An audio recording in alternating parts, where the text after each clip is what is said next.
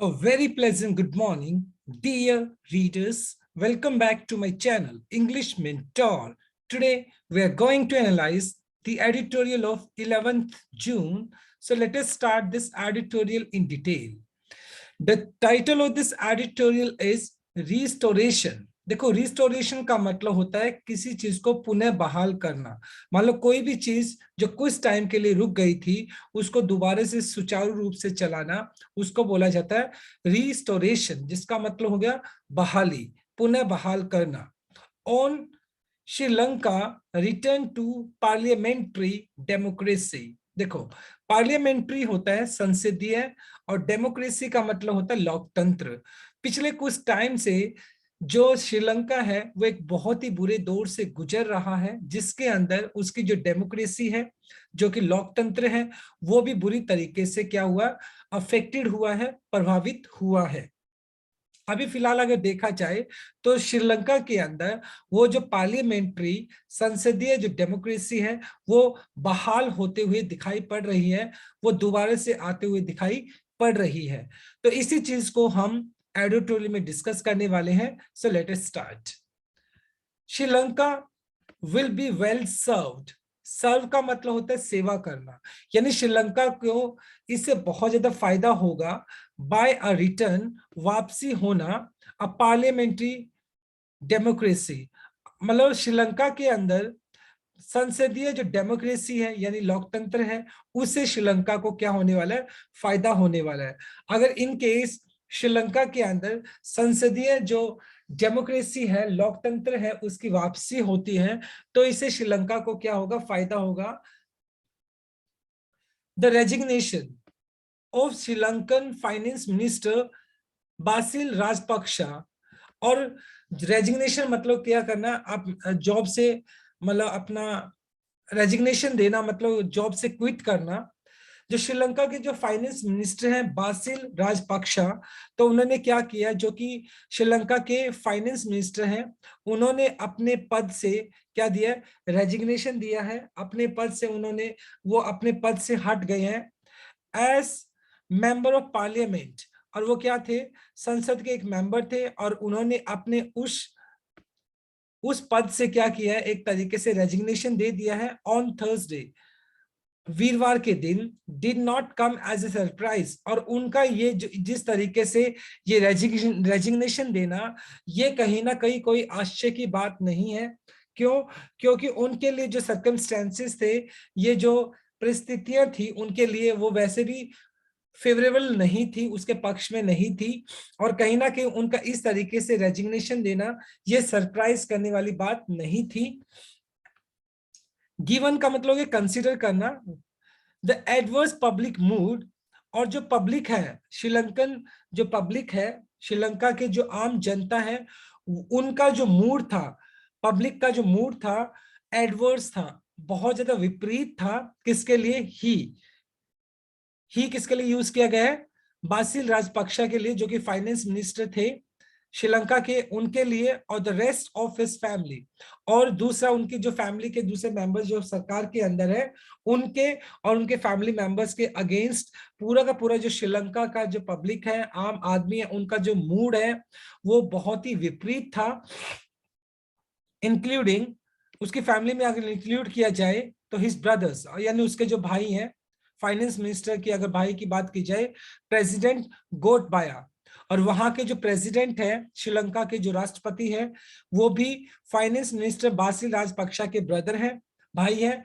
और पूरे के पूरे अगर देखा जाए, president Gotabaya Rajapaksa and former prime minister Mahinda Rajapaksa have been facing. और ये भी क्या है, जो फाइनेंस मिनिस्टर हैं बासिल राजपक्षा, तो उन वो ही नहीं बल्कि उसके जो फैमिली के मेंबर्स है, जिसके अंदर उनके जो ब्रदर है जो कि प्रेसिडेंट है गोटबाया राजपक्षा, और फॉर्मर पूर्व जो प्रधानमंत्री थे Mahinda Rajapaksa, have been facing, तो वो भी इस पर्टिकुलर एडवर्स पब्लिक मूड को फेस कर रहे हैं। तो कहने का मतलब ये हुआ कि फाइनेंस मिनिस्टर बासिल राजपक्षा के साथ साथ जो प्रेसिडेंट गोटबाया राजपक्षा है और farmer prime minister Mahinda Rajapaksa है, वो भी पब्लिक के प्रतिकूल मूड को अभी क्या करें, फेस करें, उसका सामना कर रहे हैं। But what was surprising was that, मतलब सरप्राइजिंग करने वाली बात क्या थी, मतलब सबसे बड़ी बात अगर देखा जाए, आश्चर्यचकित करने वाली बात ये थी, ही टुक अ मंथ, यानी बासिल राजपक्षे ने क्या किया, ही टुक अ मंथ, उन्होंने कम से कम 1 महीना ले लिया, टू क्विट, क्विट का मतलब छोड़ना, after unprecedented violence in Sri Lanka. Unprecedented का मतलब होता है अभूतपूर्व या नेवर हैपन बिफोर, पहले कभी भी नहीं हुआ। तो एक ऐसा वायलेंस हुआ श्रीलंका के अंदर, मतलब वहां पर बहुत ज्यादा हिंसक घटनाएं हुई जो कि पहले कभी नहीं देखी।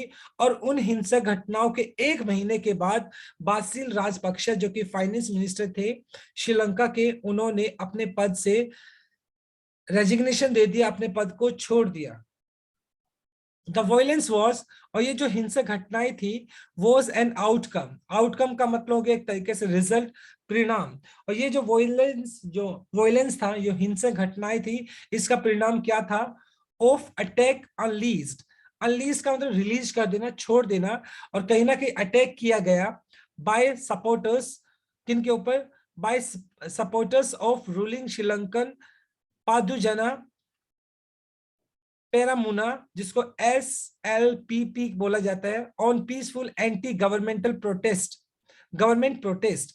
और ये जो श्रीलंका पादुजोना पेरामुना जो जो सपोर्टर थे, वो क्या कर रहे थे, वो एक गवर्नमेंट के खिलाफ एक पीसफुल एक प्रोटेस्ट कर रहे थे, उनके ऊपर क्या किया गया, अटैक किया गया, who have been running campaign। और ये जो SLPP के जो प्रोटेस्टर्स थे, जो कि गवर्नमेंट के खिलाफ क्या कर रहे थे, एक तरीके से कैंपेन चलाया था उन्होंने, एक तरीके से उन्होंने अभियान चलाया था, जिसके तहत गो होम गोटा, गोटा किसके लिए बोला गया, गोट बाया के लिए यूज किया गया है, जो कि प्रेसिडेंट है श्रीलंका के, over the country worst economic crisis.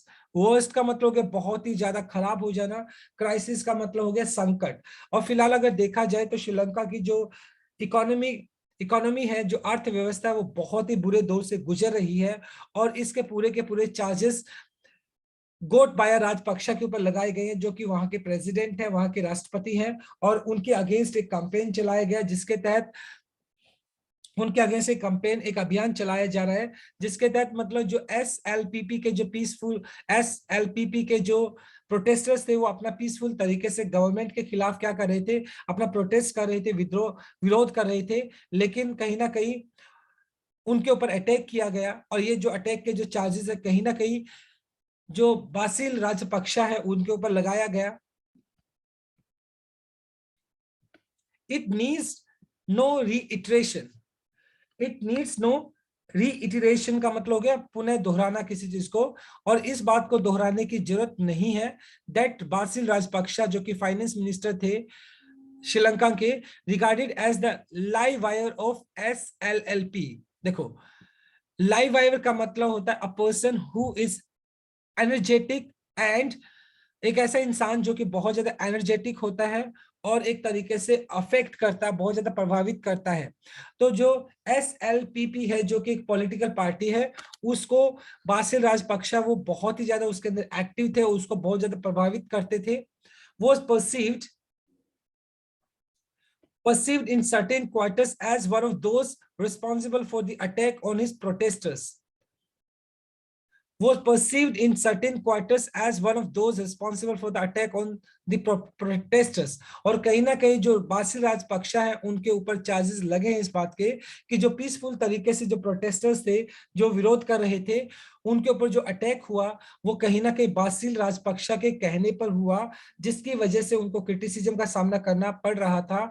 और एज ए रिजल्ट अभी उनको अपने उस पद से इस्तीफा देना पड़ा, रेजिग्नेशन देना पड़ा। इस पॉलिटिकल डिपार्चर, और उनका जो जिस तरीके से उनका डिपार्चर हुआ है, उनकी वापसी हुई है, जिस तरीके से उन्होंने अपना राजनीतिक जो एक जर्नी थी, एक यात्रा थी, उसको खत्म किया, डिपार्चर हुआ उनका, कम्स एट ए टाइम। और बासिल राजपक्षा ने इस्तीफा एक ऐसे टाइम पर दिया है when efforts are on, जब efforts किए जा रहे हैं to get cabinet clearance for the proposed 21st constitutional amendment, और श्रीलंका के अंदर फिलहाल अगर देखा जाए तो 21वां संसदीय कॉन्स्टिट्यूशनल संविधान का जो अमेंडमेंट है, संशोधन होना है, उसके लिए प्रयास किए जा रहे हैं। कैबिनेट की क्लियरेंस चाहिए। कैबिनेट अगर उसको क्लियर कर देगा तो वो 21वां कॉन्स्टिट्यूशनल जो अमेंडमेंट है, जो संसदीय जो अमेंडमेंट होता है, जो संशोधन होना है 21वां, तो उसके लिए प्रयास किए जा रहे हैं और कैबिनेट से उसका क्लियरेंस मिलना था। लेकिन एक ऐसे टाइम पर उन्होंने क्या किया, अपना एक रेजिग्नेशन दिया है, अपना इस्तीफा दिया है, विच इज एम्ड, और इसका जो एम है, जो टारगेट है, वो क्या है, जो 21वां कॉन्स्टिट्यूशनल, कॉन्स्टिट्यूशन का मतलब है संविधान, अमेंडमेंट का मतलब हो गया संशोधन, और जो 21वें जो कॉन्स्टिट्यूशनल अमेंडमेंट की बात की गई है, इसका सीधा सीधा एम क्या है, एम एट इंपावरिंग का मतलब मजबूत करना पार्लियामेंट, जिसका मतलब सीधा सीधा क्या है, संसद को, पार्लियामेंट को मजबूत करना है ओवर दी एग्जीक्यूटिव प्रेसिडेंट, और जो कार्यकारिणी जो प्रेसिडेंट है उसके ऊपर पार्लियामेंट को मजबूती देना है, जिसके तहत मतलब जो पार्लियामेंट है वो ज्यादा पावरफुल होगा एग्जीक्यूटिव प्रेसिडेंट से ज्यादा। अपार्ट फ्रॉम इसके अलावा 21वें जो संविधान का जो संशोधन होना है श्रीलंका के अंदर, अपार्ट फ्रॉम बेरिंग का मतलब रोकना, दोज होल्डिंग ड्यूल सिटीजनशिप, जिनके पास दोहरी नागरिकता है, फ्रॉम एंटरिंग द लेजिस्लेचर का मतलब होता है विधायिका। और फिलहाल अगर देखा जाए तो श्रीलंका की जो विधायिका है, उसके अंदर कोई भी एक ऐसा इंसान जिसके पास दोहरी नागरिकता होगी, उसको भी उस लेजिस्लेचर के अंदर रोका जाएगा, वो उस लेजिस्लेचर का मेंबर नहीं बन सकता है। तो ये दो वो पर्टिकुलर कॉन्स्टिट्यूशनल चेंजेस की बात कही गई है 21वें जो संसदीय जो कॉन्स्टिट्यूशनल अमेंडमेंट की बात कही गई है। तो इसमें दो ही पर्टिकुलर चीजों को एम किया गया। फर्स्ट, कि जो पार्लियामेंट है उसको ज्यादा मजबूती दी जाए एग्जीक्यूटिव प्रेसिडेंट से ऊपर, और दूसरा, जिन लोगों के पास दोहरी नागरिकता है उनको मतलब लेजिस्लेचर के अंदर, विधायिका के अंदर उनको किसी भी तरह का पार्टिसिपेशन ना दिया जाए। बासिल राजपक्षा जो कि फाइनेंस मिनिस्टर थे श्रीलंका के, who holds American citizenship too, और बासिल राजपक्षा जो है वो क्या है, उनके पास अमेरिका की भी नागरिकता थी, वुड हैव बीन अफेक्टेड। और इस डेफिनेटली सी बात है, अगर ये कॉन्स्टिट्यूशनल अमेंडमेंट हो जाता, कॉन्स्टिट्यूशनल मतलब जो संविधान का जो ये जो 21वां संविधान का जो संशोधन होता श्रीलंका के अंदर, तो डेफिनेटली सी बात है इसका प्रभाव कहीं ना कहीं बासिल राजपक्षा के ऊपर भी पड़ता, क्योंकि उनके पास भी दोहरी नागरिकता है, वो अमेरिका के भी रेजिडेंट है, नागरिक है। एंड रियलाइजेशन, और उन्होंने इस बात का अनुभव किया, रियलाइज किया, may have dawn on him, dawn on somebody मतलब होता है अंडरस्टूड करना, समझना, और उनको कहीं ना कहीं इस बात की समझ आ गई कि जैसे 21वां वो कॉन्स्टिट्यूशनल अमेंडमेंट होगा, कॉन्स्टिट्यूशनल संविधान का जो संशोधन होगा 21वां, तो उससे उसके ऊपर भी प्रभाव पड़ने वाला है, क्योंकि उनके ऊपर क्योंकि वो दोहरी नागरिकता रखते हैं, जिसकी वजह से उन्होंने इस बात को देखते हुए उन्होंने क्या किया, अपना रेजिग्नेशन दे दिया। द डेवलपमेंट, ये जो विकास की बात की जाए, should provide a breather to prime minister Ranil Wickremesinghe, और फिलहाल श्रीलंका के जो प्राइम मिनिस्टर हैं, प्रधानमंत्री हैं रानिल विक्रमसिंघे, तो उनको क्या होना चाहिए, ये जो फिलहाल जो डेवलपमेंट की बात की जाए, शुड प्रोवाइड, ये जो विकास है, थोड़ा बहुत जो श्रीलंका के अंदर जो फिलहाल जो ट्रैक पे आई है Sri Lankan economy, should provide a breather, breather का मतलब होता है एक तरीके से सांस लेना, कहीं ना कहीं प्राइम मिनिस्टर के लिए एक तरीके से ये रिलैक्स देगा, थोड़ी बहुत उसके लिए एक तरीके से एक ऐसा माहौल क्रिएट करेगा जो शांति प्रिय होगा। Who has been betting for significant changes in constitution, और फिलहाल अगर देखा जाए जो प्राइम मिनिस्टर रानिल विक्रमसिंघे हैं, वो कॉन्स्टिट्यूशन के अंदर, संविधान के अंदर चेंजेस करने के लिए लगातार बैटिंग कर रहे हैं। सिग्निफिकेंट का मतलब हो गया महत्वपूर्ण, बैटिंग का मतलब यहाँ पर क्रिकेट वाली बैटिंग नहीं है, बल्कि यहाँ पर हो गया एफर्ट्स लगाना, और लगातार एफर्ट्स कर रहे हैं जिससे कि कॉन्स्टिट्यूशन के अंदर, संविधान के अंदर जो सिग्निफिकेंट चेंजेस है, जो इंपॉर्टेंट चेंजेस है, उनको किया जा सके। नीडलेस टू से, नीडलेस का मतलब कहने की जरूरत ही नहीं है। He would like the complete restoration of 19th amendment, और कहीं ना कहीं ये जो प्राइम मिनिस्टर रानिल विक्रमसिंघे हैं, वो चाहते हैं क्या? 19वां जो संशोधन हुआ था संविधान के अंदर, श्रीलंका के अंदर, वो उसका कंप्लीट रिस्टोरेशन चाहते हैं, यानी पुनः बहाली चाहते हैं। वो चाहते हैं कि जो 19वां जो संशोधन था उसको दोबारा से उसको क्या किया जाए, बहाल किया जाए, उसको इम्प्लीमेंट किया जाए, विच वॉज अडॉप्टेड। और ये जो 19वां संशोधन था वो अडॉप्ट किया गया था, अपनाया गया था बाय पार्लियामेंट, संसद के द्वारा इन अप्रैल 2015। और 2015 के अंदर ये 19वां अमेंडमेंट था, जो संशोधन था 2015 के अंदर संसद ने इसको अपनाया था when he was the prime minister। और उस टाइम, ये जो फिलहाल अगर देखा जाए उस time when he was the prime minister, और उस टाइम मतलब वो प्राइम मिनिस्टर हुआ करते थे कौन? ये जो फिलहाल की अगर बात की जाए, रानिल विक्रमसिंघे उस टाइम प्राइम मिनिस्टर थे। और 2015 अप्रैल को ये 19वां संशोधन को अपनाया गया था मैत्रीपाला सिरिसेना। और उस टाइम मैत्रीपाला सिरिसेना वो द प्रेसिडेंट, और वो उस टाइम श्रीलंका के राष्ट्रपति हुआ करते थे। गोटबाया राजपक्षा जो फिलहाल श्रीलंका के राष्ट्रपति हैं, who assured, इस बात को सुनिश्चित करना, विश्वास दिलाना his country days after the violence। और जैसे ही ये जो हिंसक घटनाएं हुई, उन जो प्रोटेस्टर्स थे उनके ऊपर हिंसक घटनाएं हुई, उनके ऊपर हमला किया गया, उसके कुछ दिनों के बाद गोटबाया राजपक्षा जो कि श्रीलंका के राष्ट्रपति हैं, उन्होंने इस बात का आश्वासन दिया। क्या बोला उन्होंने, देखते हैं, that he would take steps to amend the constitution to bring back the 19th amendment। और उन्होंने क्या दिया, उन्होंने इस बात का आश्वासन दिया कि वो कुछ ना कुछ कदम उठाएंगे to amend, to change constitution, जिससे कि वो जो संविधान है उसके अंदर चेंजेस करेंगे और कोशिश करेंगे to bring back the 19th amendment. और 19वां जो संशोधन था उसको वापस बहाल करने की कोशिश करेंगे। शुड ऑनर हिज वर्ड्स, और कहीं ना कहीं उसको अपने जो वर्ड्स है उसको रिस्पेक्ट करना चाहिए, उसका आदर करना चाहिए। अगर उन्होंने ऐसे शब्द बोले हैं तो उन शब्दों को उनको पालन भी करना चाहिए। किसके बारे लिए बोला गया? गोटबाया राजपक्षा के लिए, क्योंकि सिर्फ कहने की बात नहीं है, बल्कि उनको अपने शब्दों पे अमल भी करना चाहिए, उनको ऑनर भी करना चाहिए, उनका सम्मान भी करना चाहिए। He should not be influenced, और at the same time Gotabaya Rajapaksa जो कि प्रेसिडेंट है श्रीलंका के, उनको इन्फ्लुएंस नहीं होना चाहिए, अफेक्ट नहीं होना चाहिए by voices within the SLPP. SLPP उनके जो पॉलिटिकल पार्टी है, उसके अंदर भी अलग अलग तरह की आवाजें जो उठ रही हैं, उन आवाजों से उनको अफेक्टेड नहीं होना चाहिए, प्रभावित नहीं होना चाहिए। That the economic agenda should take precedence का मतलब हो गया एक तरीके से प्राथमिकता over the political agenda of constitutional amendment. और फिलहाल अगर देखा जाए, जो इकोनॉमिक एजेंडा है, जो आर्थिक जो एजेंडा है, उसको प्राथमिकता दी जानी चाहिए ओवर द पॉलिटिकल एजेंडा।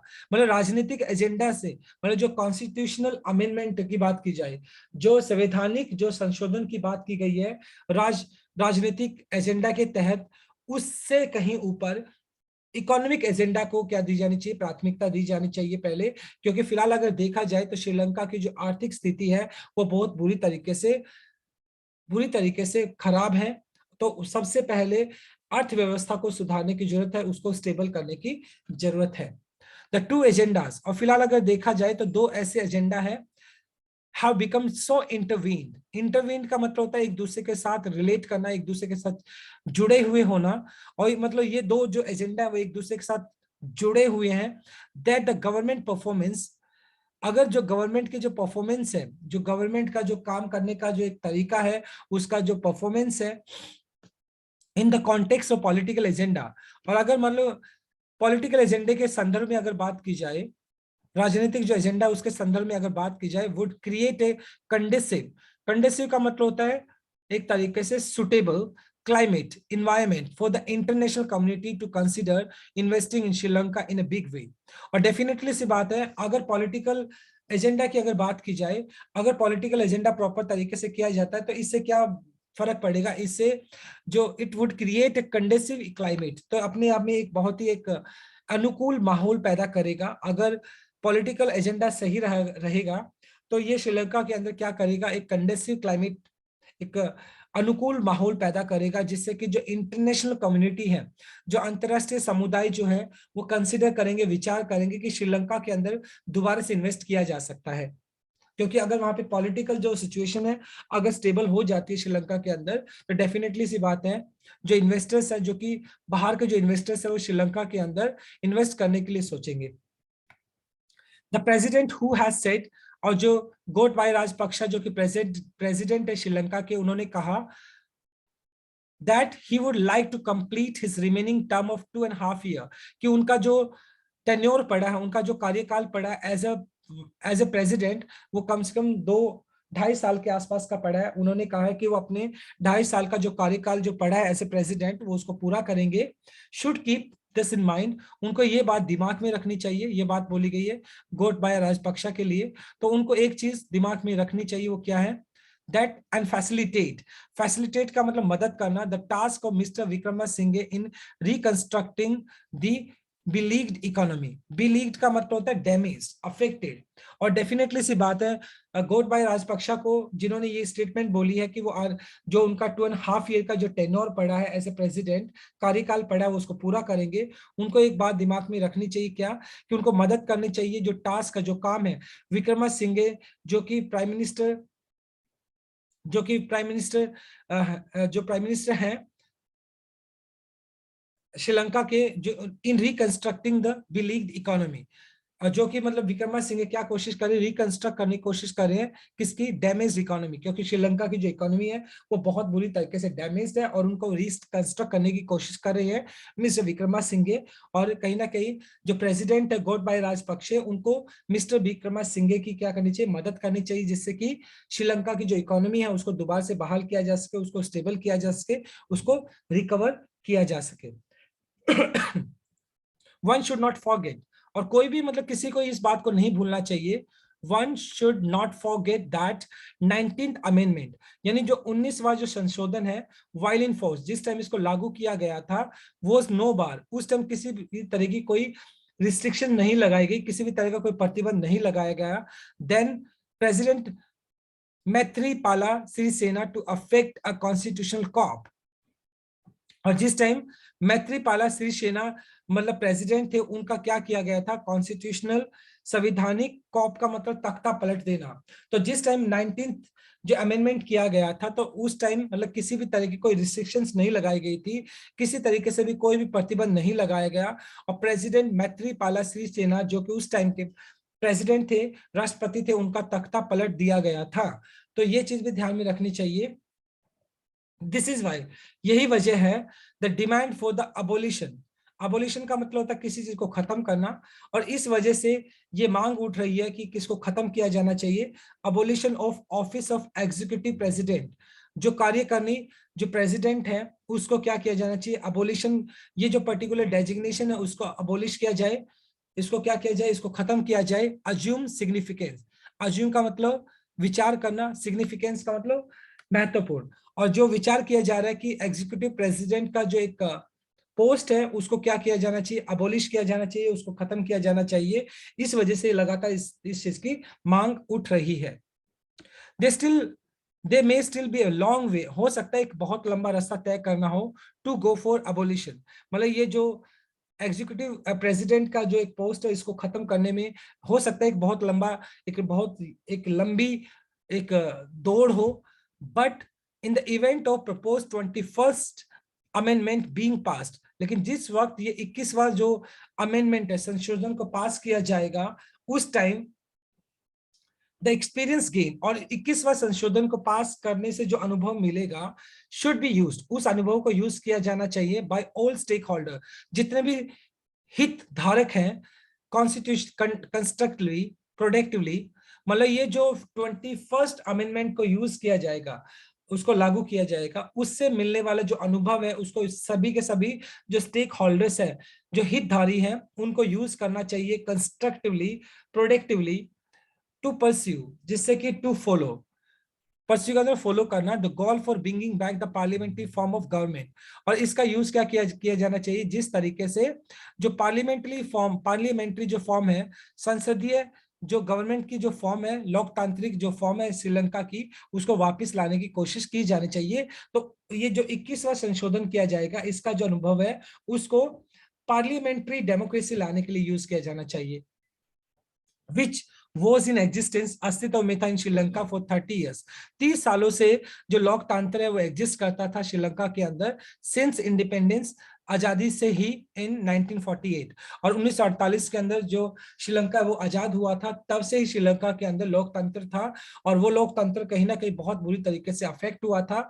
अभी श्रीलंका के अंदर वो पार्लियामेंट्री डेमोक्रेसी लाने की कोशिश की जानी चाहिए, और at the same time Sri Lanka की जो इकोनॉमिक जो क्राइसिस वहां पर देखने को मिल रहा है, उसको भी स्टेबल करने की कोशिश करनी चाहिए। तो तभी श्रीलंका एक अच्छे तरीके से ट्रैक पे आ पाएगा, right? So it was wonderful article. The tone of this article was suggestive, and I truly believe you have understood this article. Thanks for watching this video. Please do like, share, comment, and subscribe to my channel. Tomorrow I'll continue with another article. Till then, bye bye, take care, and have a nice day.